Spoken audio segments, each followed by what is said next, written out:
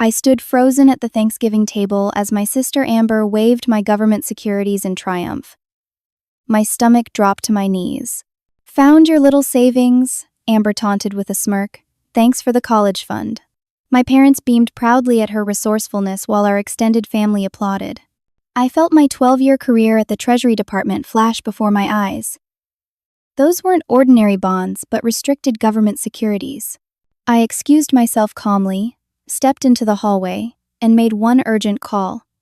Treasury agents were already en route. The journey to that horrifying Thanksgiving moment began 12 years earlier when I landed my dream job as a financial analyst at the Treasury Department. Fresh out of college with my finance degree, I was thrilled to put my skills to work for my country. While other classmates chased Wall Street salaries, I chose public service, drawn to its stability and purpose. From day one, I was meticulous about my finances.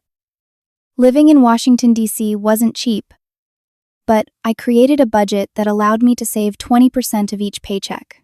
My colleagues teased me for bringing homemade lunches while they splurged on downtown restaurants.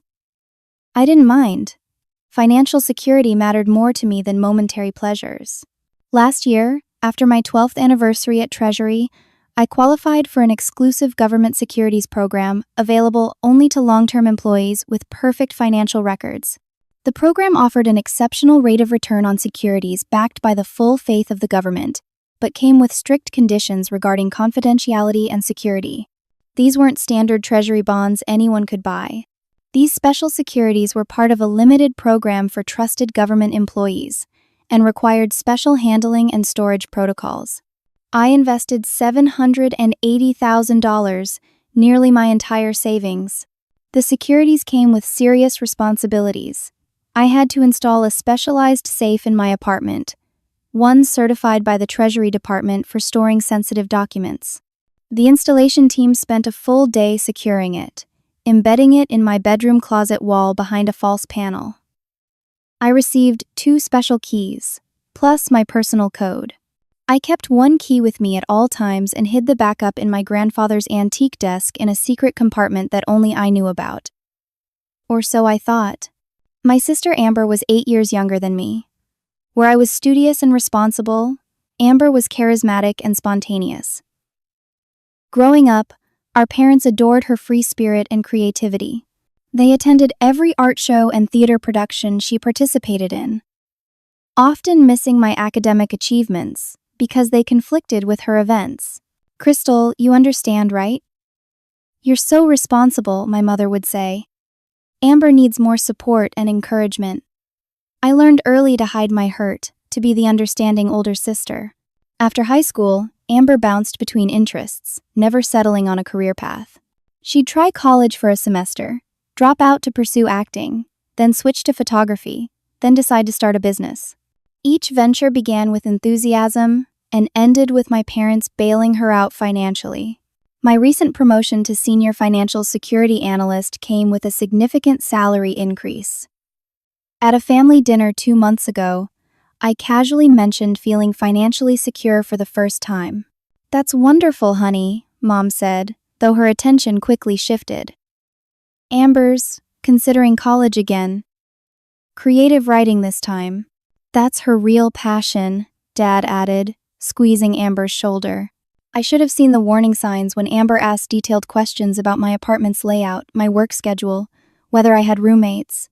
I attributed her interest to sisterly closeness, something I'd always craved. 3 weeks before Thanksgiving, I returned from work to find something off about my apartment. Nothing was obviously missing, but items were slightly out of place. The frame holding my Treasury Department commendation was tilted. Books on my shelf were rearranged. I checked my valuables, laptop, jewelry, cash, all present. I convinced myself I was being paranoid and didn't file a police report. Now I realized my first betrayal wasn't just Amber stealing my securities. It was her methodical planning entering my apartment weeks earlier, searching for financial information, studying my habits. The sister I'd always protected had been calculating how best to steal from me all along. The most shocking revelation came when I confronted my parents privately after discovering the theft. Their response left me breathless. "We gave Amber your spare key," my father admitted, avoiding eye contact. She mentioned needing help with college applications, and we thought she might find some of your old materials helpful. You gave her access to my apartment without asking me? I couldn't believe what I was hearing. We knew you'd want to help your sister, my mother said defensively. You've always been so selfish with your success. The accusation stung worse than the betrayal. All my life, I'd sacrificed for Amber, celebrated her achievements, while mine went unacknowledged. And now, when she'd committed a federal crime that could destroy my career, I was the selfish one? I realized then that the pattern of betrayal had been established long before Amber took my securities. My parents had betrayed my trust repeatedly throughout our lives, always placing Amber's desires above my basic needs. That understanding hurt more than the theft itself. The week before Thanksgiving, subtle clues about the impending disaster appeared, but I missed their significance.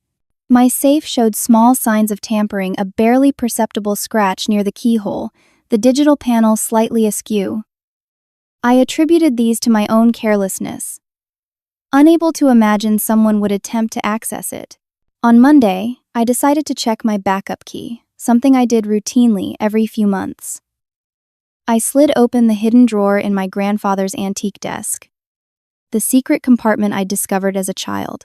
The small velvet pouch that should have contained my key was there, but when I opened it, my heart skipped. The key was missing. A memory surfaced, 10-year-old me showing 6-year-old Amber the desk's hidden compartment. This is our special secret, I had told her, feeling like the cool big sister for once. If we ever need to hide something important, we can use this spot. Amber's eyes had widened with wonder, and for a moment, we were conspirators instead of competitors for our parents' affection. Had she remembered that moment all these years later? I pushed the thought away, unwilling to believe my own sister would betray me so completely. Looking back, Amber's recent behavior screamed of suspicious intent. 3 times in the past month, she had texted asking when I would be home, then shown up unannounced just to catch up. Each visit, she'd asked for a bathroom break, spending an unusual amount of time away before returning with flimsy excuses about fixing her makeup. During her last visit, she'd brought coffee and pastries, insisting we eat in my bedroom for a proper sister chat like old times. She'd positioned herself near my closet, asking pointed questions about my work at Treasury. What exactly do you do there? Is it all just boring paperwork? She'd asked, eyes scanning the room. Mostly financial analysis and security protocols, I'd answered, not mentioning the specialized securities program. Do they pay you well? You seem to have nice things. Her gaze lingered on my closet door. Government salaries are public record, I'd deflected. The benefits are good, though. She'd nodded, seemingly disappointed by my vague answers. 2 days before Thanksgiving, I received a strange call from my mother. "Crystal, honey, what kind of champagne do you like?" she asked. An unusual question since my parents rarely drank. "Why do you need champagne?" I asked. "Just planning something special for Thanksgiving," she said mysteriously. Amber suggested we might have something to celebrate. Anxiety bloomed in my chest, but I couldn't connect the dots. "I don't need anything special, Mom." "It's not always about you, Crystal," she said, her voice suddenly cold. "Amber might have some exciting news." Thanksgiving Day arrived, and I drove to my parents' suburban home with a homemade pumpkin pie and a sense of dread I couldn't shake. Amber's car was already in the driveway, along with several others belonging to aunts, uncles, and cousins. The house smelled of roasting turkey and cinnamon, achingly familiar and normally comforting. Amber hugged me with unusual enthusiasm. "So glad you could make it, sis. I was worried your important government job might keep you away." Her tone held an edge I couldn't quite place. She looked different somehow, wearing a new designer outfit, her hair freshly highlighted, sporting earrings. I was certain cost more than her monthly income from the coffee shop where she worked part-time. Throughout dinner, my parents kept exchanging meaningful glances with Amber. Aunt Judy asked about my work, and I was explaining my recent promotion when my father interrupted. "Let's save the boring government talk for another time," he said. "Amber has something she'd like to share." The table went quiet as Amber stood, reaching into a leather portfolio I'd never seen before. That's when she pulled out the documents, my government securities, the papers that represented my entire financial future, papers that legally couldn't leave my secure safe. Found your little savings, she announced, waving them triumphantly. Thanks for the college fund, sis. My parents beamed proudly. My mother wiped away a tear. See how resourceful your sister is? She said to the gathered family. She's finally found a way to finish her education. Applause broke out around the table. My cousin Taylor raised her wine glass in a toast. To Amber's future, she exclaimed, while my uncle added, Always knew you'd find your path. I sat paralyzed, unable to process what was happening. These weren't just savings bonds she could cash in. They were restricted securities that required specific Treasury Department authorization for any transfer. Their very presence outside my safe constituted a federal security breach that could end my career and potentially lead to criminal charges for both of us. How did you get these? I finally managed to ask, my voice barely audible. Amber smirked. I have my ways. Consider it payback for always being the perfect daughter. My father clapped his hands. Amber has been accepted to Brentwood University's creative writing program. These funds will cover her tuition and living expenses. Isn't that wonderful? I looked around the table at my family's smiling faces and realized none of them understood the catastrophe unfolding. To them, Amber had simply found a clever solution to her financial problems. They had no idea she had committed multiple federal crimes: breaking and entering, theft of government securities, attempted misappropriation of federal assets. These aren't regular investments, I said carefully, trying to control my voice. They can't be transferred or cashed in the way you think. Details, Amber waved dismissively. The broker I spoke to yesterday said they're worth almost $800,000. More than enough for school and maybe a semester abroad in Paris. My blood ran cold. She'd already contacted a broker? That would have triggered automatic security protocols at Treasury. Excuse me for a moment, I said, rising from the table on shaky legs. I need to use the bathroom. Instead, I slipped into my father's study and pulled out my phone. With trembling fingers, I dialed my supervisor's emergency number, praying I could contain the damage before it destroyed everything I'd worked for. Financial Security Division, this is Director Patterson, answered the stern voice of my boss. Sir, this is Crystal Matthews. I have a Code 847 situation. The code for compromised government securities. His voice sharpened immediately. Location? I gave him my parents' address. Agents are 14 minutes out. Secure the assets if possible. No intervention if unsafe. Full report required. The call ended. I leaned against the wall, suddenly aware that I had just initiated a federal response against my own sister. In 14 minutes, Treasury agents would arrive at my parents' Thanksgiving dinner. There would be no coming back from this. Taking a deep breath, I returned to the dining room, where dessert was being served. Amber was still holding my securities, passing them around the table for everyone to admire. These look so official, my Aunt Patricia remarked, squinting at the Treasury Department seal. That's because they are, I said quietly, retaking my seat. They're federal government securities.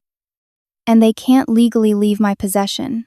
Amber laughed. Don't be so dramatic, Crystal. Finders keepers.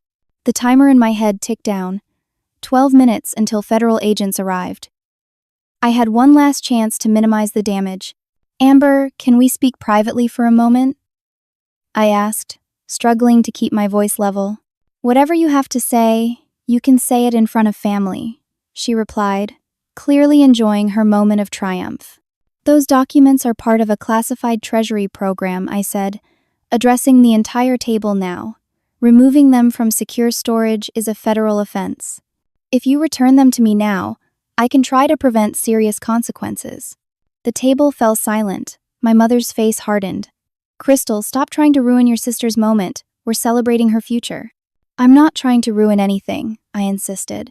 I'm trying to prevent Amber from going to federal prison. Always the dramatic one, my father scoffed. Just because you work for the government doesn't mean everything is some classified secret. 7 minutes now. I made one final attempt. Amber, please, you have no idea what you've done. Give me the securities and we can fix this. For a split second, uncertainty flickered across Amber's face. Then my mother placed a hand on her shoulder. Don't listen to her jealousy, Mom said. She's just mad you found a way to use money she was hoarding. Amber's expression hardened again. She gathered the securities and held them protectively against her chest. These are mine now. I already have a meeting set up with the broker tomorrow morning. 3 minutes. I felt sick. There was nothing more I could do except brace for impact. Is everyone ready for pie? My mother asked brightly, oblivious to the disaster about to unfold. I heard vehicles pulling up outside, car doors slamming, heavy footsteps on the porch, the sharp, authoritative knock that would change my family forever. The knock echoed through the dining room like a thunderclap. Conversation stopped mid-sentence. My father frowned, rising from his chair. Who could that be during Thanksgiving dinner? He muttered, heading for the door. I remained seated, my hands clenched around my napkin. This was the point of no return. I heard my father's confused voice from the entryway. Can I help you? Treasury Department, Financial Security Division. A deep, authoritative voice responded. We need to speak with Crystal Matthews and Amber Matthews immediately. My mother's eyes widened in shock, then narrowed as she turned to me. Crystal, what have you done? The irony of her question might have made me laugh if I wasn't fighting back tears. Before I could respond, 3 agents in dark suits entered the dining room, led by my father's bewildered form. I recognized the lead agent as Andrea Lawson, head of Securities Enforcement. Her presence confirmed my worst fears. This was being treated as a high-priority security breach. Crystal Matthews? Agent Lawson addressed me directly, ignoring the stunned family members. I stood. Yes. We need to secure classified Treasury documents reported compromised at this location. Her gaze shifted to Amber, who clutched my securities protectively. Are those the documents in question?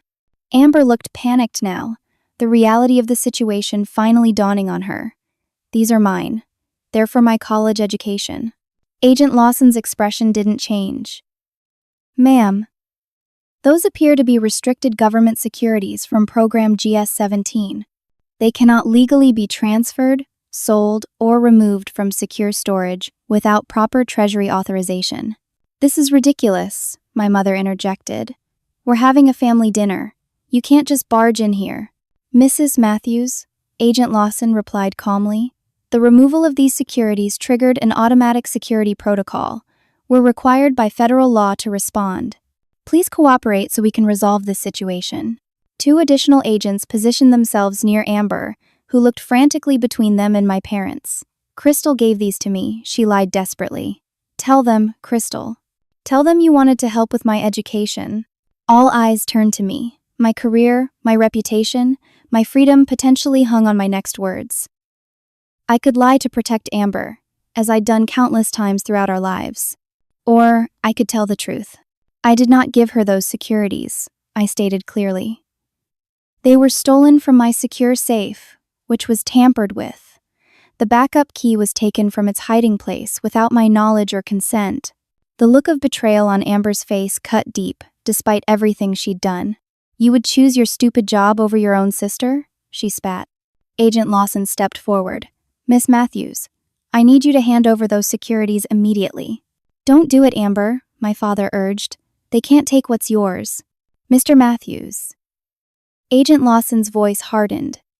Encouraging your daughter to withhold federal documents is obstruction of justice, a felony offense. Amber's face crumpled. Tears welled in her eyes as her perfect plan disintegrated. Slowly, she extended the securities toward Agent Lawson, who placed them carefully in a secure evidence pouch. We'll need statements from both Crystal and Amber Matthews, Agent Lawson announced. Everyone else should remain available for questioning. My mother stood abruptly. This is outrageous. Crystal, stop this nonsense immediately.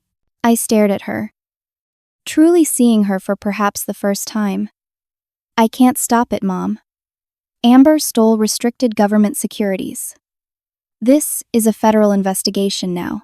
As if to punctuate my statement, another Treasury agent entered, carrying Amber's designer handbag. Agent Lawson, we found these in the suspect's vehicle. He held up photocopies of my securities.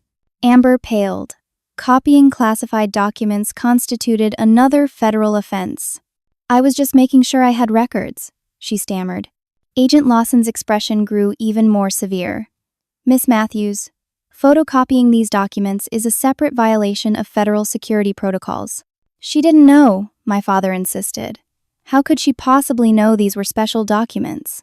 The question hung in the air until I spoke.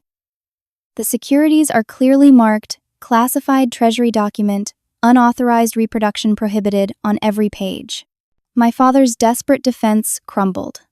The Thanksgiving feast lay forgotten as agents began taking preliminary statements in separate rooms. I was escorted to the kitchen with Agent Lawson, while Amber was taken to my father's study. "I need you to walk me through exactly what happened," Agent Lawson said once we were alone, her digital recorder running. I explained everything: the safe installation, the security protocols, noticing the apartment disturbance weeks earlier, discovering the missing backup key, and finally, Amber's dramatic revelation at dinner. "Did you have any indication your sister was planning this?" Agent Lawson asked. "Not specifically," I admitted. But looking back, there were signs. Unusual interest in my schedule, unexpected visits to my apartment, questions about my finances. "And you believe your parents provided her with a key to your apartment?" I nodded, the hurt still fresh. "They admitted, giving her my spare key without my knowledge or permission. That complicates things," Agent Lawson noted. "Legally, they facilitated unauthorized access to secure government property." My stomach twisted. Could my parents face charges too? Despite everything, I didn't want that.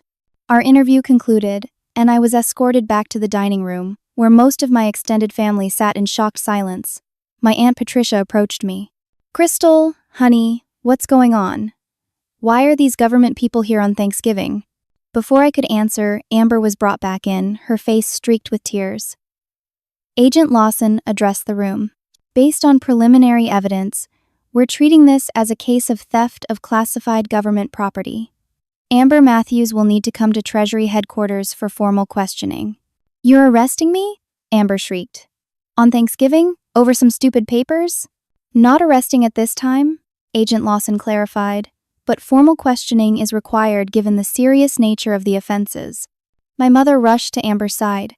"This is insane. Crystal, do something."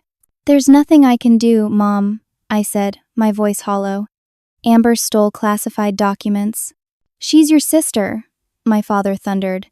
"Family comes before some government job." His words struck deep. In their eyes, my loyalty should be to Amber, regardless of her actions. The fact that she had potentially destroyed my career, committed multiple felonies, and put me at risk of prosecution myself seemed irrelevant to them. As Amber was escorted toward the door, she turned to me with genuine confusion in her eyes. "I don't understand why you're doing this. It's just money, Crystal. You have plenty." Her words revealed the depth of her misunderstanding. She truly believed she'd simply taken savings, bonds, or certificates of deposit, normal financial instruments anyone could transfer or cash. She had no concept of the specialized government securities program or the security implications of her actions. "It's not just money," I tried to explain. "Those securities are part of a classified program. They can't be transferred or sold the way you think." "Then what good are they?" she asked bitterly. "They're not meant to be moved or traded." "That's the entire point of the program." As Amber was led outside, my mother grabbed my arm. "Fix this, Crystal. Tell them it was a misunderstanding." I gently removed her hand. "I can't lie about this, Mom. It's a federal security breach." "So your government job means more to you than your sister's future? Than this family?" She gestured around the room, where my relatives sat in uncomfortable silence. The question hung heavy between us. For my entire life, I'd been expected to sacrifice for Amber, to understand, to accommodate. Now, when my career and freedom were at stake, they expected the same capitulation. "This isn't about my job," I said quietly. "This is about right and wrong. Amber broke into my apartment, stole federal securities, tried to sell classified documents, and then lied about it. Those are crimes, Mom." My mother's face hardened. "I always knew you were jealous of her. Now you're using your government connections to punish her for finally finding her path." Her words stung, but they also clarified something I'd never fully acknowledged. My parents would always see me through a distorted lens. In their eyes, Anything that didn't center Amber's needs was an act of jealousy or selfishness on my part. Agent Lawson approached me. Crystal, we'll need you to come in tomorrow morning to complete your statement and verify chain of custody for the securities.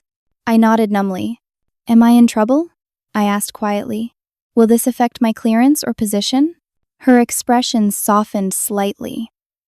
Based on preliminary evidence, you appear to be the victim here. But there will be a full investigation into security protocols and how the breach occurred. After providing contact information and receiving instructions for the following day, the agents finally departed, taking Amber with them for further questioning. The Thanksgiving dinner that had begun with family togetherness had disintegrated into a crime scene. As I gathered my belongings to leave, my father blocked my path. If your sister faces charges over this, you're no longer part of this family, he said, his voice cold. Do you understand me? I looked into the eyes of the man who had raised me, searching for any sign of the father who had once taught me to ride a bike, who had helped with science projects, who had cheered at my college graduation. I found only anger and disappointment. I understand perfectly, I replied, a strange calm settling over me. I've always understood where I stand in this family. I walked out the door, leaving behind the remains of Thanksgiving dinner and the illusion of family I'd clung to for 32 years. The Treasury Department headquarters buzzed with unusual activity for the Friday after Thanksgiving. Most employees had taken the day off, creating an eerie emptiness in the normally bustling hallways. I sat in a conference room on the secure 14th floor, hands wrapped around a cooling cup of coffee, waiting for the investigative team to assemble. Director Patterson entered first, his typically immaculate appearance slightly disheveled, suggesting he'd been called in from family obligations. He nodded curtly as he took a seat across from me. Matthews, hell of a situation. Yes, sir. I'm sorry for the holiday disruption. He waved away my apology. Security breaches don't take holidays.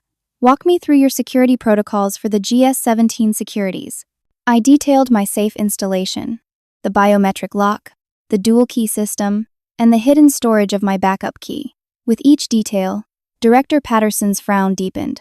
And your sister obtained your spare key how, exactly? My parents gave her access to my apartment. They had a key for emergencies.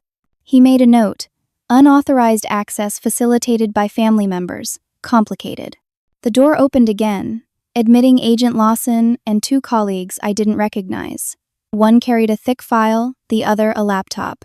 Director, Agent Lawson nodded respectfully before turning to me. Miss Matthews, this is Agent Cortez from Financial Crimes and Special Agent Daniels from the FBI's White Collar Division. My heart sank. FBI involvement meant this had escalated beyond an internal Treasury matter. FBI? I echoed weakly. Agent Daniels spoke in a measured tone. Standard protocol for potential securities fraud involving government-issued instruments. Nothing to worry about if your account checks out. The next 3 hours consisted of exhaustive questioning about every aspect of my financial history, security practices, and relationship with my sister. I answered truthfully, fighting exhaustion and emotional turmoil. Has your sister ever attempted to access your financial information before? Agent Cortez asked. Not that I'm aware of, I replied. Then, remembering, actually, she once asked to use my laptop when her phone died. She spent an unusual amount of time on it. I didn't think anything of it at the time. The agents exchanged glances. There's something you should see, Agent Lawson said, nodding to Agent Daniels, who turned his laptop toward me. The screen showed a series of email exchanges between Amber and someone identified only as JD83. My stomach clenched as I scanned the messages. Target has significant government assets. Approximately 780 kelvins in specialized securities. Need assistance converting to cash. The response, Treasury securities require specialized handling. 50% commission due to risk. Confirmation of authenticity required. My sister's reply, will obtain physical documents by Thanksgiving. Broker meeting scheduled Friday. I felt physically ill. This wasn't an impulsive theft. Amber had been planning this for weeks, possibly months. and had connected with someone experienced in illegal securities transactions. "Do you recognize the contact she's communicating with?" Agent Cortez asked. "No," I whispered, still processing the evidence of my sister's calculated betrayal. "We've identified him as Jason Donovan, known to authorities for previous involvement in identity theft and financial fraud," Agent Daniels explained. "Your sister appears to have connected with him through an online forum for people seeking quick financial solutions." "There's more," Agent Lawson said grimly. She produced another document, a credit report in my name showing multiple recently opened credit accounts I'd never authorized. "These accounts were opened using your personal information within the last 60 days, she explained. "Total credit extended. Approximately $47,000. All nearly maxed out." The room spun slightly. "I didn't open these, I managed." "We know," Agent Lawson confirmed. "The applications were submitted from an IP address associated with your sister's apartment. She appears to have stolen your identity well before attempting to take the securities." The scope of Amber's betrayal expanded with each revelation. Not content with stealing my securities, she had systematically destroyed my credit, opened fraudulent accounts, and connected with professional criminals to fence stolen government property. "Is there any chance this is a misunderstanding?" Director Patterson asked, though his tone suggested he already knew the answer. I shook my head slowly. "No. The evidence is clear." A knock at the door interrupted us. A junior agent entered, whispering something to Agent Lawson, whose eyebrows rose. "Miss Matthews, your sister is here with your parents and an attorney. They're requesting to speak with you." I wasn't prepared for this confrontation, but I nodded. "I'll see them." They used a different conference room for the meeting. Amber sat between my parents, a polished man in an expensive suit beside them. Her designer outfit from Thanksgiving had been replaced by a modest sweater and slacks, a calculated attempt to appear humble and contrite, I suspected. "Crystal," my mother began immediately, "you need to drop these ridiculous charges. Your sister made a mistake." The attorney cleared his throat. "Miss Matthews, I'm Stuart Reynolds, representing your sister. This situation has clearly escalated beyond what anyone intended. We're hoping to resolve this as a family matter." I looked directly at Amber. "Did you steal my identity to open credit cards in my name?" She flinched, glancing at the attorney, who intervened smoothly. "We're prepared to address any financial discrepancies as part of a comprehensive resolution." "That's not an answer," I insisted. "Did you steal my identity, Amber?" My sister's eyes filled with tears. "I needed money for school deposits. I was going to pay everything back once I got the securities converted." "Converted?" I repeated. "They can't be converted. They're restricted government securities." "Who is Jason Donovan?" Amber paled visibly, and the attorney stiffened. I advised my client not to respond to that question. My father slammed his hand on the table. "Enough of this government nonsense. Crystal, your sister made a mistake. Family forgives mistakes." I looked at each of their faces. My father's righteous anger, my mother's stubborn denial, Amber's calculated vulnerability, the attorney's professional detachment. None of them truly understood or cared about the severity of what had happened. "This isn't just about money," I explained calmly. "These securities are part of a classified government program. Attempting to sell them triggered national security protocols. The FBI is involved now." "The FBI?" My mother's voice rose in panic. "Crystal, this is insane. Tell them it was a misunderstanding." "It wasn't a misunderstanding," I said firmly. "Amber broke into my apartment, stole classified documents, attempted to sell them to a known financial criminal, and committed identity theft against me. Those are facts, not misunderstandings." The attorney intervened.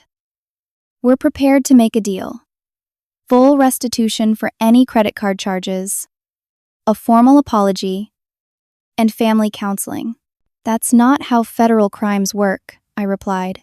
"This isn't a family dispute to be resolved with an apology and therapy. So you're choosing your government job over your own sister's freedom?" my father demanded. The familiar accusation no longer had power to wound me. I'm choosing truth over lies. I'm choosing consequences over enablement. And yes, I'm choosing my career, which I built through hard work and integrity. over protecting someone who deliberately tried to destroy it. Amber finally spoke directly to me. I didn't know those papers were special government things. I thought they were just savings bonds or something. They literally say classified Treasury document on every page, I pointed out. And your emails to Jason Donovan specifically mention government securities. Her facade cracked. You went through my emails? That's invasion of privacy. The absurdity of her outrage after she had broken into my apartment and stolen my identity was almost laughable. Federal investigators went through your emails after you committed multiple felonies, I corrected her. That's called evidence gathering, not invasion of privacy. My mother began to cry. How did we raise such a heartless daughter?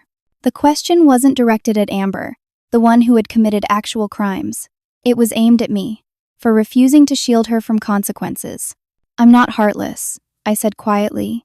I'm finally setting boundaries. Amber chose to break the law, repeatedly, deliberately, with planning and outside help. Those were her choices, not mine. The attorney, sensing the deteriorating situation, gathered his notes. We'll be pursuing all available legal avenues to resolve this matter favorably. I stood to leave. That's your right. But you should know that with the FBI involved, this is now a federal criminal investigation. The Treasury Department doesn't have the authority to simply drop it, even if I wanted to. As I reached the door, Amber called after me. Crystal, wait. I really am sorry. I didn't think it would turn out like this. I paused, turning back to face my sister. For a moment, I glimpsed the little girl who had once followed me everywhere, who had cried when I left for college, who had once loved me before our parents' favoritism poisoned our relationship. I'm sorry too, Amber. I'm sorry no one ever taught you that actions have consequences. Returning to the investigation room, I found Agent Lawson waiting alone. Family meeting go as expected? She asked, her expression sympathetic. They want me to make it all go away, I confirmed. They don't understand that's not possible. It rarely is with families involved, she agreed. For what it's worth, the evidence clearly supports your account. Your security protocols exceeded department requirements. This appears to be a straightforward case of theft and attempted fraud. I nodded, too emotionally exhausted to feel relief. What happens now? We've arrested Jason Donovan. He's facing multiple charges related to securities fraud and conspiracy. Your sister will likely face charges for theft of government property, identity theft, and attempted fraud. Your parents could potentially face accessory charges for providing unauthorized access, though that's less certain. The mention of my parents facing charges bothered me despite everything. Is there any way to minimize their involvement? They were manipulated by Amber. Agent Lawson considered this. If they cooperate fully, and it's clear they didn't understand the nature of what they were facilitating, prosecutors might focus primarily on your sister and Donovan. And my job? My security clearance? Based on our findings, you followed all required protocols. Your clearance should remain intact, though there may be a period of administrative review. As I gathered my things to leave, Director Patterson returned. Matthews, he called. One more thing. I turned, bracing for more bad news.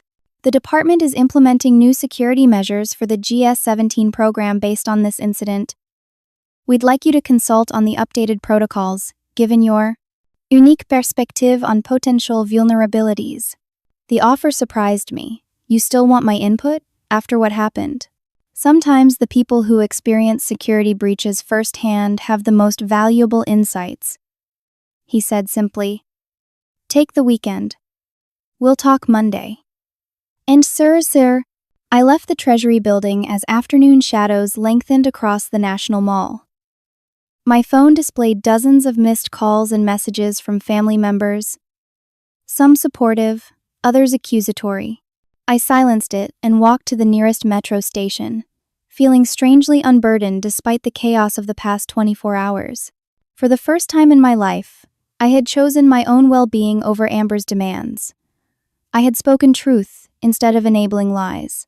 The cost was high, potentially losing my family, but as I boarded the train home, I realized I had already lost them long ago. What I was losing now was only the illusion of family, the pretense of support that had always been conditional on my self-sacrifice. The train pulled away from the station, carrying me toward an uncertain future, but one that, for the first time, would be shaped by my choices rather than by Amber's needs. The days following Thanksgiving blurred together in a haze of legal meetings, security reviews, and sleepless nights. My apartment no longer felt safe. Violated first by Amber's intrusion, and then by the knowledge that my own parents had enabled it. I found myself checking the locks repeatedly, jumping at unexpected sounds, struggling to regain any sense of security in my own home. Monday morning, I returned to work, bracing for whispers and sidelong glances from colleagues who might have heard about the incident. Instead, I was met with surprising support. "Matthews," called Diane from the desk beside mine. "Rough weekend?" I nodded, unsure how much she knew. "Director Patterson told the senior staff what happened," she said quietly. "Not details, just that your family member compromised your securities. The department has your back." Her simple statement of solidarity nearly broke me. After a lifetime of conditional support from my family, the unconditional backing of my colleagues felt both foreign and precious. The internal investigation proceeded efficiently. I met with the security team to review every aspect of my storage protocols, answering countless questions about how Amber might have accessed the safe, what information she could have gleaned from the documents, whether I had ever discussed my work with her. "Your security measures exceeded department requirements," concluded the lead investigator. "This breach occurred due to third-party actions, not any negligence on your part. The administrative leave I'd feared never materialized." Instead, Director Patterson assigned me to a task force developing enhanced security protocols for home storage of sensitive documents. "Your perspective is valuable," he explained. "You understand the human element of security breaches in a way most of our team doesn't." My professional relief was countered by personal turmoil. My parents launched a sustained campaign to pressure me into intervening on Amber's behalf. Every day brought new messages, each more manipulative than the last. "Amber might face 7 years in federal prison," my mother texted on Tuesday. "Is that what you want for your only sister?" "Your father's blood pressure is through the roof from stress," came Wednesday's guilt trip. "The doctor says he could have a heart attack." "Is your government job worth your father's life?" Thursday brought a different approach from my father.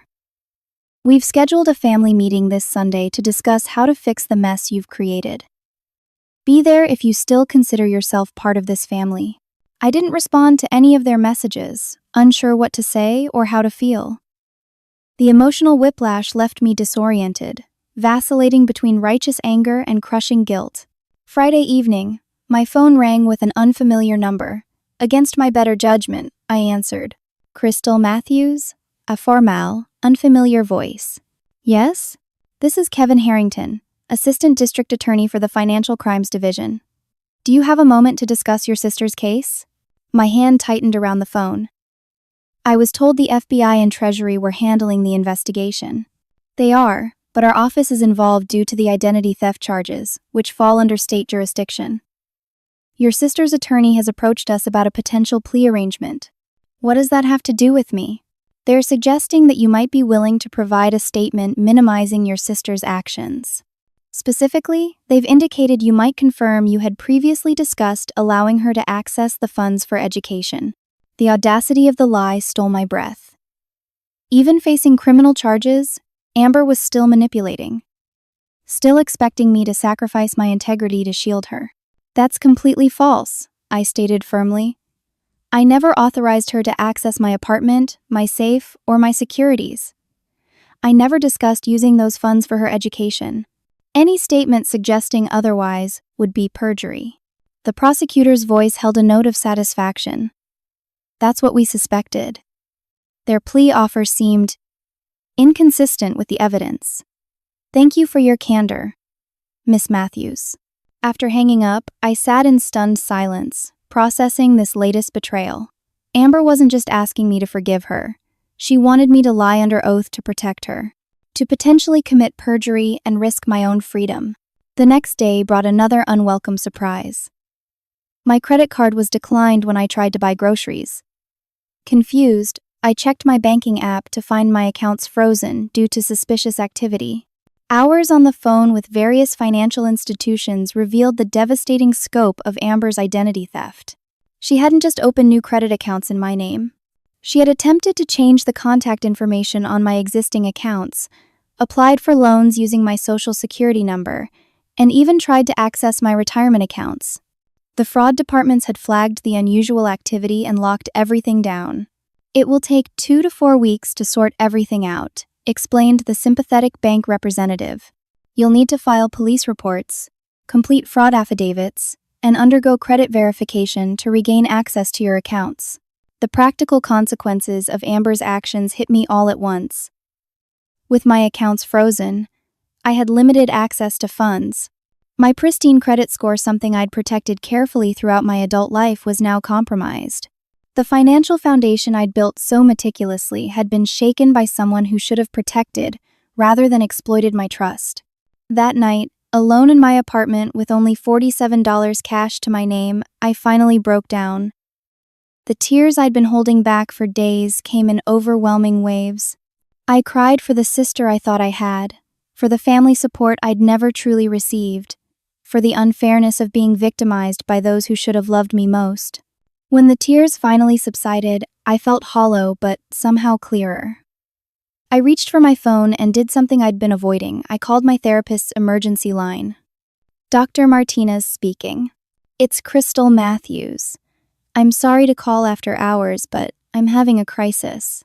30 minutes later, I sat in her office, pouring out the entire story: Amber's theft, my parents' betrayal, the frozen accounts, the attempted manipulation of prosecutors. "It sounds like this situation has brought to a head patterns that have existed in your family for a long time," Dr. Martinez observed. "My whole life?" I agreed. "Amber's needs always came first. I was expected to understand, to sacrifice, to enable. And now you've broken that pattern by holding her accountable." "Yes, and they can't handle it. My father threatened to disown me if Amber faces charges." Dr. Martinez leaned forward slightly. "Crystal, what do you want to happen here?" The question caught me off guard. No one, including myself, had considered what I wanted throughout this ordeal. I hesitated, testing the unfamiliar territory of prioritizing my own needs. "I want justice. I want Amber to face real consequences for once in her life. I want my parents to acknowledge what they've done, not just giving her my key, but the lifetime of enabling that led to this point." Saying the words aloud felt both terrifying and liberating. "And if they can't or won't give you that?" Dr. Martinez asked gently. "Then I think I need to accept that I don't have the family I thought I did, or wanted." The painful truth hung in the air between us. Dr. Martinez nodded, her expression compassionate. "That's an incredibly difficult realization, but it also opens the door to creating boundaries that protect you and potentially building a family of choice rather than origin." We spent the remainder of the session developing strategies for the challenges ahead, dealing with the ongoing investigation, managing financial limitations while my accounts were frozen, preparing for further family pressure tactics. As our time ended, Dr. Martinez offered a final thought. "Crystal, what happened to you wasn't just a crime against your finances or career. It was a profound betrayal of trust by people who should have protected you. Give yourself permission to grieve that loss." Sunday arrived, the day of my parents' demanded family meeting. After careful consideration and consultation with both Dr. Martinez and Agent Lawson, I decided to attend, but on my own terms. I would not be manipulated or guilted into compromising my integrity. I arrived at my parents' house to find not just them, but a gathering of extended family: aunts, uncles, cousins. Amber was notably absent, still under restriction while awaiting formal charges. My father opened the door, his expression stern. "Finally decided to show up." "I said I would," I replied evenly, stepping past him into the living room where everyone was gathered. My mother rushed forward. "Crystal, thank goodness. Now we can work on fixing this terrible misunderstanding." "It's not a misunderstanding," I corrected her. "Amber committed multiple federal crimes. Those are facts, not misinterpretations." "We're all here to support you," my Aunt Susan interjected, gesturing around the room. "Family stands together in difficult times." I surveyed the assembled relatives, noting the mix of concern and judgment on their faces. They had been summoned not to support me, I realized, but to add their pressure to my parents' campaign. I appreciate your concern, I began carefully, but I want to be clear about what happened. Amber broke into my apartment, stole government securities worth $780,000, attempted to sell classified documents, and stole my identity to open fraudulent credit accounts. These aren't allegations, they're documented facts. My Uncle Thomas stepped forward. Crystal, honey, we understand you're upset, but sending your sister to federal prison seems extreme. Surely there's another way to resolve this. I'm not sending her anywhere, I corrected him. Amber's actions have consequences. Those consequences aren't my responsibility. How can you be so cold? My mother demanded. She's your sister. Yes, she is. And that makes her betrayal worse. Not better. She knew exactly what she was doing. My cousin Rachel spoke up. What if she agrees to pay everything back? Would that satisfy the government people? I shook my head. This isn't just about money. The securities she took are part of a classified program. Removing them from secure storage is a federal crime regardless of intent. So your government secrets are more important than your sister's future? My father's voice rose accusingly. My integrity is important, I replied. And yes, national security protocols matter. They're not my secrets, they're federal regulations I swore to uphold. The conversation deteriorated from there, with family members taking turns attempting different angles of manipulation, guilt, anger, appeals to family loyalty, even threats of collective estrangement. Through it all, I maintained the boundary I'd established with Dr. Martinez's help. I would not lie, minimize, or compromise my integrity to shield Amber from the consequences of her actions. After nearly 2 hours of circular arguments, my mother played her final card. Amber was just trying to secure her future. She made a mistake in how she went about it. But her heart was in the right place. If you can't forgive that, then perhaps you shouldn't come to family gatherings anymore. I can't bear to see what you've become. The statement was meant to devastate me, to force my capitulation through the threat of complete rejection. Instead, it crystallized everything wrong with our family dynamic. What I've become, I repeated slowly, is someone who respects herself enough to stand up for what's right. Someone who won't enable criminal behavior or sacrifice her integrity to maintain a false peace. I looked around the room at my assembled family, seeing clearly for perhaps the first time how deeply dysfunctional our relationships had always been. I love Amber. I've always loved her. But loving someone doesn't mean protecting them from the consequences of their actions. Sometimes the most loving thing you can do is allow them to face those consequences and grow from them. That's not love, my father scoffed. That's abandonment. No, I replied quietly. Abandonment is what this family has always done to me, emotionally, if not physically. My needs, my achievements, my pain, none of it ever mattered as much as Amber's. I was abandoned while sitting at the same dinner table with all of you. The silence that followed felt heavier than any words. My mother's face crumpled, not in understanding but in defensive hurt. My father's jaw tightened, anger replacing any possibility of reflection. If that's how you feel, perhaps it's best if you go, he said coldly. I nodded, feeling strangely peaceful despite the rejection. I think it is. I hope someday you'll understand why I couldn't compromise on this. Until then, I wish you all well. I walked out of my childhood home for what might be the last time, not in anger or despair, but with the quiet dignity of someone who finally understood her own worth. The family I had longed for existed only in my hopes, not in reality. Accepting that truth hurt deeply, but also freed me from the endless cycle of sacrifice and disappointment that had defined our relationship. As I drove away, my phone pinged with a message from Dr. Martinez. However it went today, remember that family is ultimately about love and respect, not blood. Some of us need to build the family we deserve. The words resonated as I considered the colleagues who had supported me unquestioningly, the therapist who had helped me establish healthy boundaries, even the federal agents who had treated me with more respect and consideration than my own parents. Perhaps family wasn't something you were born into, but something you created through mutual respect, trust, and genuine care. With that thought offering unexpected comfort, I returned to my apartment to prepare for whatever the coming weeks might bring. 1 month after the Thanksgiving disaster, I sat in a federal courthouse, waiting to provide testimony in the preliminary hearing for Amber's case. The marble hallway echoed with footsteps and hushed conversations, the formal atmosphere highlighting the gravity of the situation. My phone vibrated with a text from my mother. "Last chance to make this right. Tell them you gave her permission." I turned off the phone without responding. The weeks since our family confrontation had been both challenging and clarifying. With my account still partially restricted due to the identity theft, I'd been forced to borrow money from colleagues to cover basic expenses. The financial strain was considerable, but the emotional clarity was worth it. "Miss Matthews?"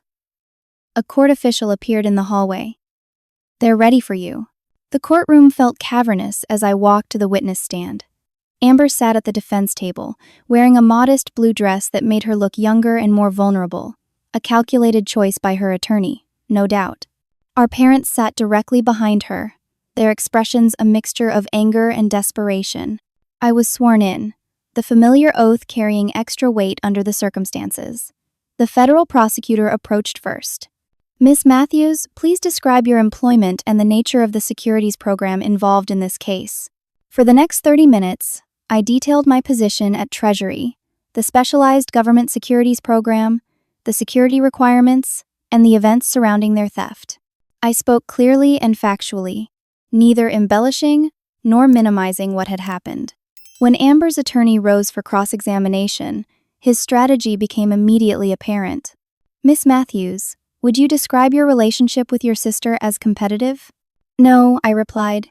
"We have different interests and life paths."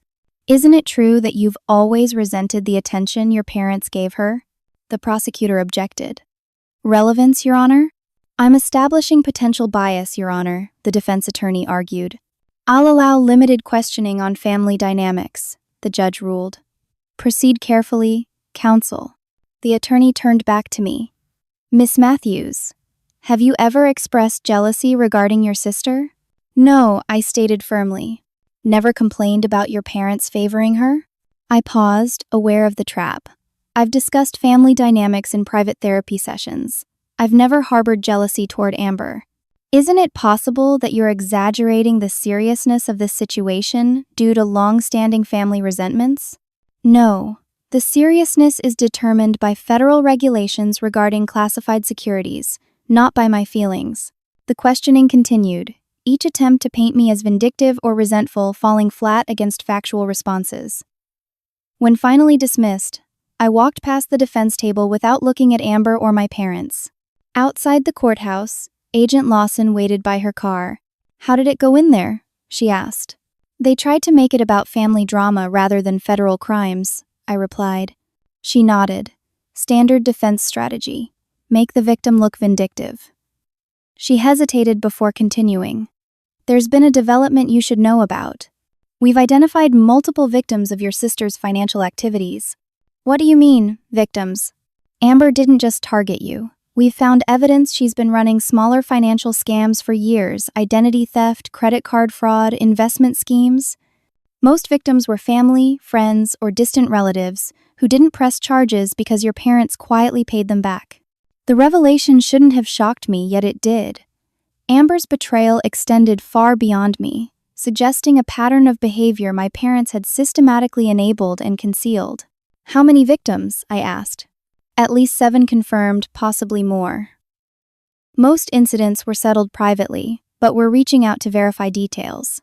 I leaned against the courthouse column, absorbing this new information. "My parents knew? They covered for her?" Agent Lawson's expression was sympathetic.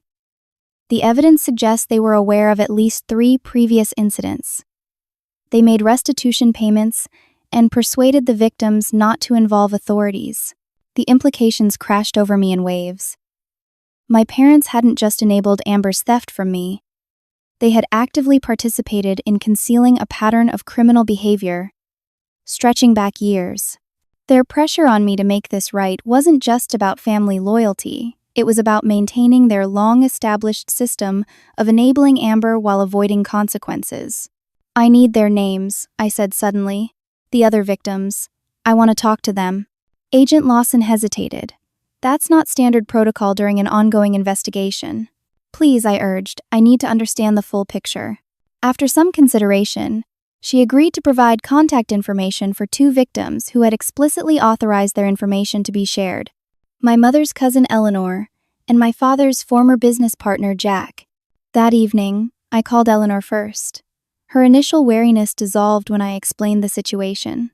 Crystal, honey, I'm so sorry you're going through this. When Amber stole my identity 3 years ago, your mother begged me not to report it. Said it would ruin Amber's future over one mistake. How much did she take from you? I asked. About $17,000.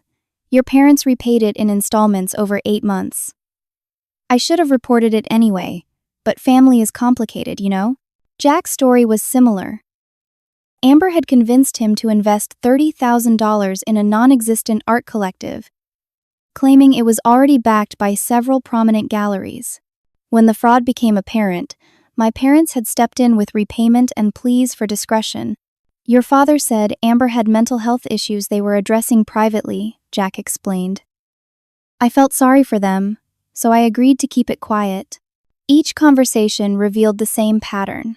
Amber committed financial fraud. My parents intervened with repayment and excuses. The victim was persuaded to remain silent, and Amber faced no meaningful consequences that might have prevented escalation. The following morning, I requested an urgent meeting with the federal prosecutor handling Amber's case. When granted an appointment, I brought the information about the additional victims. This changes the scope of the case significantly, the prosecutor noted after reviewing my notes. What appears as a one-time family dispute is actually part of an established pattern of fraudulent behavior. What does this mean for the case? I asked.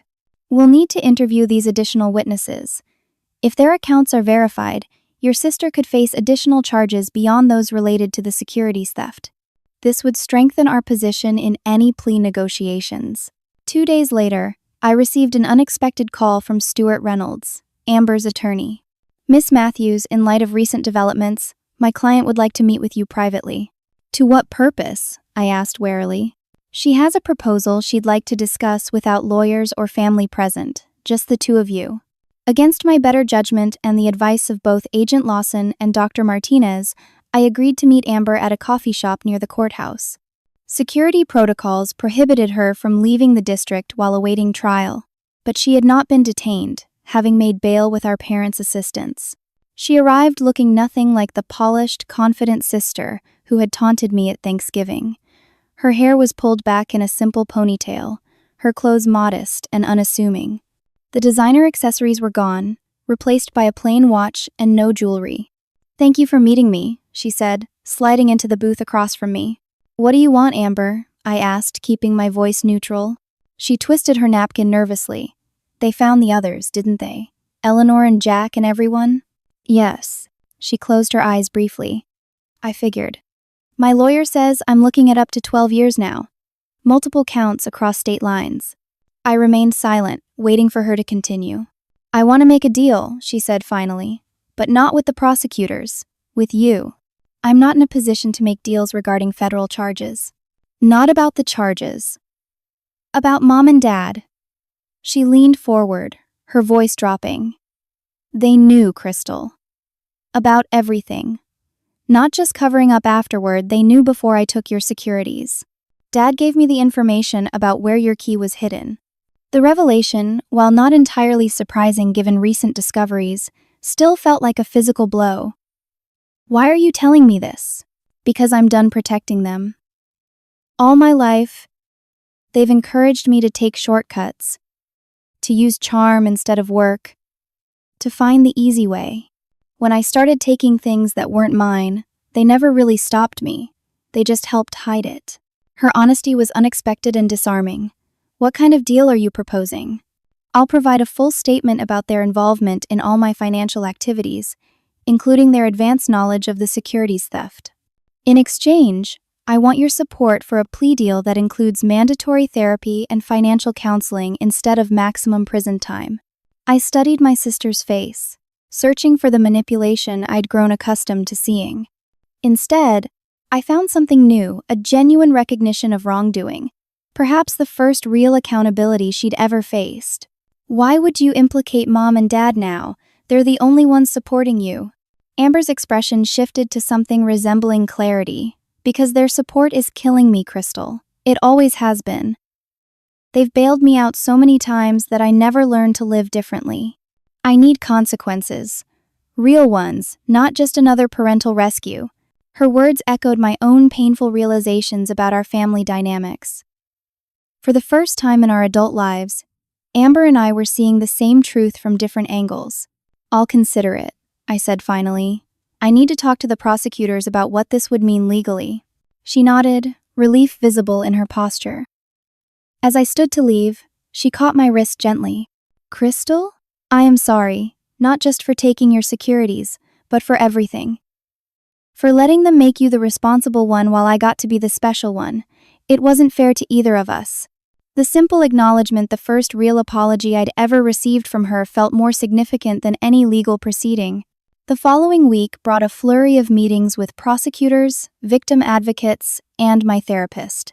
Amber provided a sworn statement detailing our parents' complicity in her various schemes, including text messages showing they had actively helped plan the securities theft, believing they were simply investment documents that could be easily converted to cash. With this new evidence, prosecutors offered Amber a plea deal. She would serve 4 years in federal prison, followed by 6 years of probation, contingent upon completion of financial counseling, therapy, and full restitution to all victims. My parents faced charges of conspiracy and accessory after the fact, though, as first-time offenders, they would likely receive probation and fines rather than incarceration. The day Amber accepted the plea deal, she asked to speak with me alone. "I want you to know I'm not doing this to get a lighter sentence," she said. "I'm doing it because it's the first honest thing I've done in years." "I believe you," I replied, surprised to realize I meant it. "What happens to us now?" she asked, the question encompassing far more than legal proceedings. I considered carefully before answering. "I don't know, Amber. Trust takes a long time to rebuild once it's broken." "But it can be rebuilt?" A note of hope in her voice. "Maybe, with time and consistent effort from both sides." I paused. "The first step is for each of us to become whole on our own, without the dysfunctional family patterns defining us." She nodded, understanding the profound change this represented from our previous relationship. My parents' reaction to Amber's plea and testimony was predictably explosive. They left voicemails filled with accusations of betrayal and disloyalty, unable to recognize their own role in creating the situation. I blocked their numbers after the third call, recognizing that no productive conversation was possible until they faced their own culpability. 3 months after Thanksgiving, with the legal proceedings mostly concluded, I sat in Dr. Martinez's office for our regular session. "How are you feeling about Amber beginning her sentence next week?" she asked. "Conflicted," I admitted. "I'm sad for her, but also hopeful. She seems genuinely committed to changing." "And your parents?" "Still in denial. They've told the entire extended family that I manipulated Amber into turning against them." "That must be painful." "Less than it would have been 6 months ago," I realized. "I've accepted that they may never change or acknowledge the truth. My well-being can't depend on their validation anymore." Dr. Martinez smiled slightly. "That's significant progress, Crystal. You've shifted from seeking external validation to finding it within yourself." The observation resonated deeply. Throughout this ordeal, I'd been forced to rely on my own judgment, to trust my own perceptions when everyone around me was attempting to distort reality. That painful necessity had ultimately become a source of strength. "I've been thinking about family," I said slowly. "Not just the one I was born into, but the one I might create." "What does that look like to you?" "People who respect boundaries, who tell the truth even when it's difficult, who support without enabling." I thought of my colleagues who had loaned me money without question, of Agent Lawson's unwavering professionalism, of Dr. Martinez's steady guidance. I think I've already started building it. As I left therapy that evening, I checked my phone to find an email from Director Patterson. The subject line read, "Department Recommendation." Opening it, I found a formal commendation for exceptional integrity under extraordinary circumstances and an invitation to lead a new initiative on financial security protocols for government employees. The position came with a significant promotion and the opportunity to develop training programs that would help others protect themselves from the kind of breach I had experienced.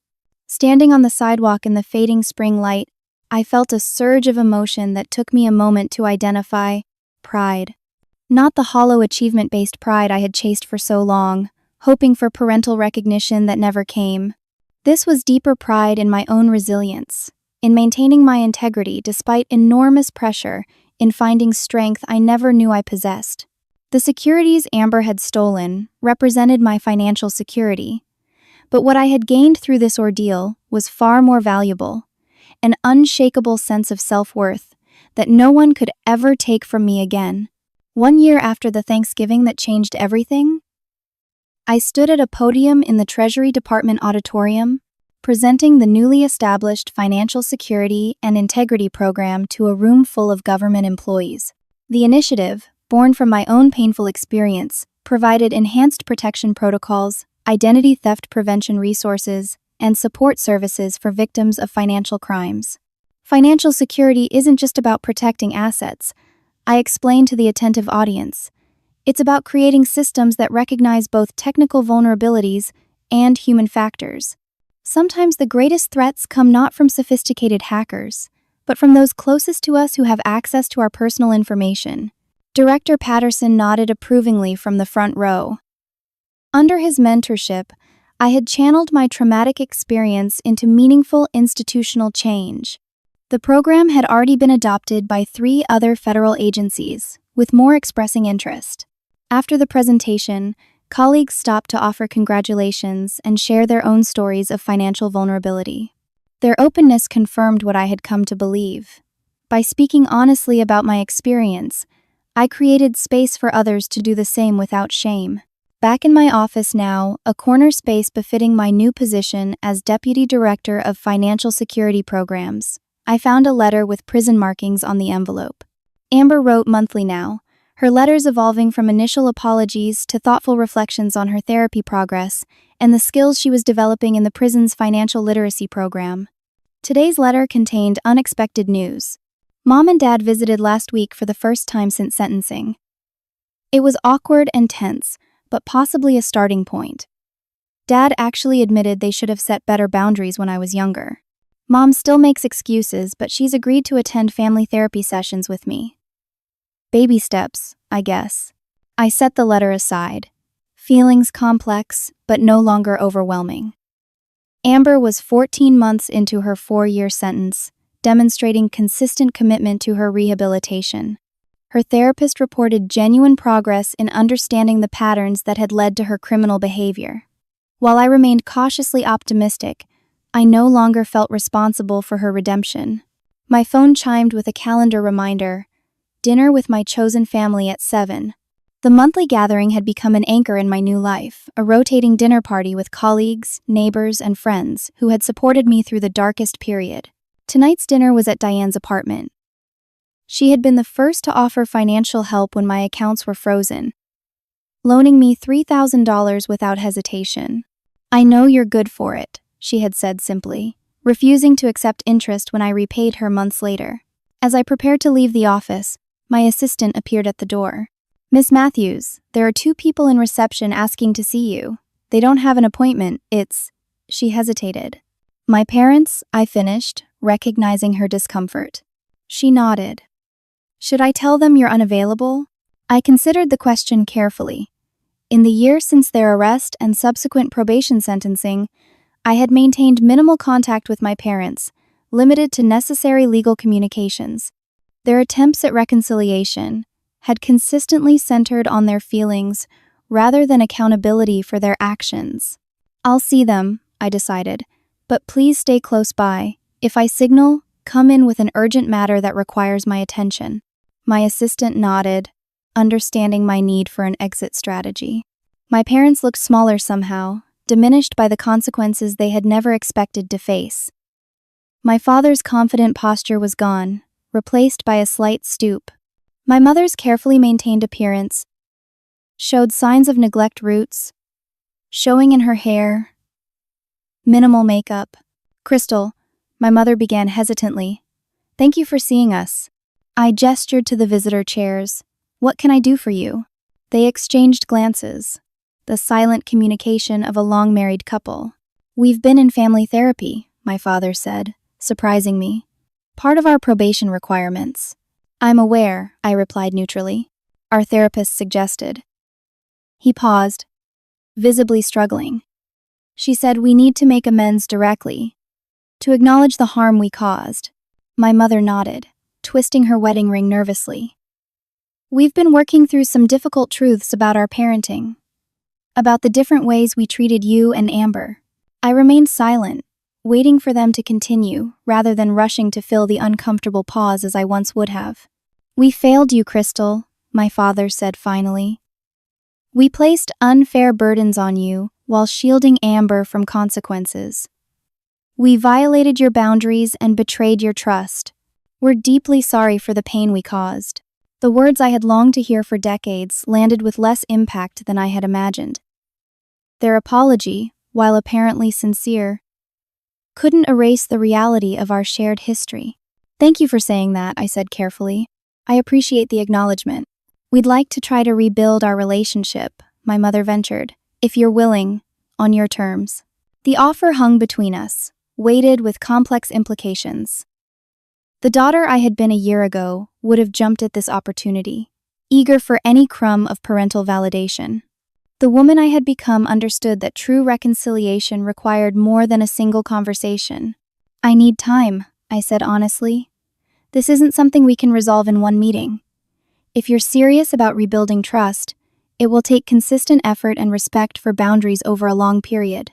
They nodded, accepting this response without the defensive pushback that had characterized our interactions throughout my life. We understand, my father said. We'll respect whatever boundaries you set. As they prepared to leave, my mother paused. We saw the article about your new program in the Washington Post. We're very proud of what you've accomplished. The praise, once so desperately sought, now felt like a small footnote rather than the validation I had needed. My sense of achievement no longer depended on their recognition. Thank you, I said simply. I'll be in touch when I'm ready to talk further. After they left, I sat quietly, processing the unexpected encounter. Their apology represented a first step, but rebuilding trust, if possible at all, would require sustained change on their part and continued healing on mine. Checking the time, I gathered my things for dinner. Whatever evolved with my parents, I had created a life rich with meaningful work and authentic connections. The pain of the past year had transformed into unexpected strength and clarity. At Diane's apartment, I was greeted with warm hugs and the comforting aromas of home cooking. 8 people gathered around her dining table, colleagues who had become friends, neighbors who had checked on me during the darkest days, even Agent Lawson, now retired from Treasury and pursuing a second career in private security consulting. The woman of the hour, exclaimed Michael, raising his glass. To Crystal and her groundbreaking program, the Post article was amazing. Hear, hear, echoed around the table. Thank you, I said, feeling a flush of genuine pleasure at their recognition. But tonight isn't about work, it's about gratitude for all of you. As dinner progressed, conversation flowed easily from work projects to vacation plans, from current events to personal milestones. I participated fully, no longer the reserved observer I had once been. The journey through trauma had paradoxically freed me to engage more authentically with others, to risk vulnerability having survived its worst consequences. Later, helping Diane with dishes while others chatted in the living room, she nudged me gently. You seem different tonight, lighter somehow. My parents came to see me today, I explained. They actually apologized. Sincerely, I think. How do you feel about that? I considered the question carefully. Cautiously optimistic, but also aware that I'm okay. Either way, my happiness doesn't depend on their validation anymore. Diane smiled. That's the definition of true independence, I think. Being open to reconciliation without needing it. Her observation crystallized the profound shift in my perspective over the past year. The greatest lesson from this painful journey wasn't about financial security or even family dynamics. It was about defining my own worth independent of external validation or approval. After dinner, walking home through the crisp autumn evening, I paused to look up at the stars, a small moment of appreciation for simple beauty that once would have escaped my notice. My phone buzzed with a text from an unknown number. Opening it, I found a message from Amber's prison counselor. Amber asked me to share this news. She's been accepted to the advanced accounting program and has been selected to teach financial literacy to new inmates. She wanted you to know she's using what happened as motivation to help others avoid similar mistakes. I smiled at the unexpected update. Perhaps Amber's redemption journey was genuine after all. Whether our relationship could ever fully heal remained uncertain, but her commitment to positive change was undeniable. Reaching my apartment building, I greeted the security guard by name, a small but significant change from my previously hurried anonymity. My home felt different now, too. I had moved to a new apartment after the theft, one I had decorated thoughtfully to reflect my evolving identity. The specialized safe still held important documents, but its contents no longer represented my entire sense of security. True security, I had learned, came not from locked safes or financial assets, but from internal resources, integrity, resilience, self-trust, and the courage to establish healthy boundaries. The securities Amber stole were eventually returned through legal proceedings, but their value paled in comparison to what I had gained through the ordeal. Settling on my balcony with a cup of tea, I reflected on the extraordinary journey of the past year. From the shock of betrayal to the pain of family rejection, from financial crisis to professional recognition, the path had been neither straight nor easy. Yet each challenge had stripped away layers of false obligation and people-pleasing tendencies, revealing a stronger, more authentic self beneath. The life lesson emerged with crystal clarity. True freedom comes not from avoiding pain or conflict, but from facing it with integrity and emerging with a clearer understanding of your own worth. Sometimes the greatest act of love for yourself and others is establishing boundaries that honor your values, even when that means walking away from toxic relationships or enduring temporary rejection. Family isn't defined by blood alone, but by respect, truth, and mutual support. Sometimes we must create the family we need rather than continuing to seek it where it doesn't exist. And sometimes, if we're fortunate, the family we're born into can evolve alongside us, though that transformation requires honesty and accountability from all involved. As I prepared for bed that night, I felt profound gratitude for the unexpected gifts that had emerged from last year's devastating Thanksgiving, the colleagues who became friends, the career that became a mission, the self-knowledge that became strength. The safe that once held my securities now contained something far more valuable: the unshakable certainty that no matter what challenges the future might bring, I possessed the integrity and resilience to face them on my own terms. Have you ever had to make a difficult choice between family loyalty and personal integrity? What boundaries have you established to protect your well-being while maintaining relationships with loved ones? I'd love to hear your thoughts in the comments. If this story resonated with you, please like, subscribe, and share it with someone who might need to hear that standing up for yourself isn't selfish, it's essential. Thank you for joining me on this journey, and I wish you the courage to honor your own worth, even when it means making difficult choices.